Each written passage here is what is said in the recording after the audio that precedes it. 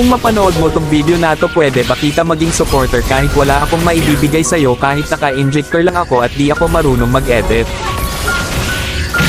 Gusto ko lang maranasan ang pakiramdam ng may humahanga sa bawat video na ina-upload.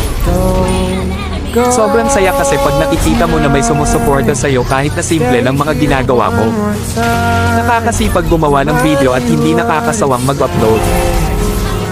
Sa panahon kasi ngayon, pag wala kang maibibigay ay malabo kapansinin ng iba. Sa halip puro masasakit na salita pa ang mababasa mo, nakakalungkot man isipin, pero yun ang totoo.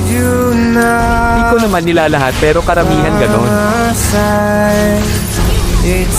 Ang hirap kasi pag walang talent, pag di ka gwapo, maganda o sikat na kilalang tao. Ang hirap pag di ka mayaman.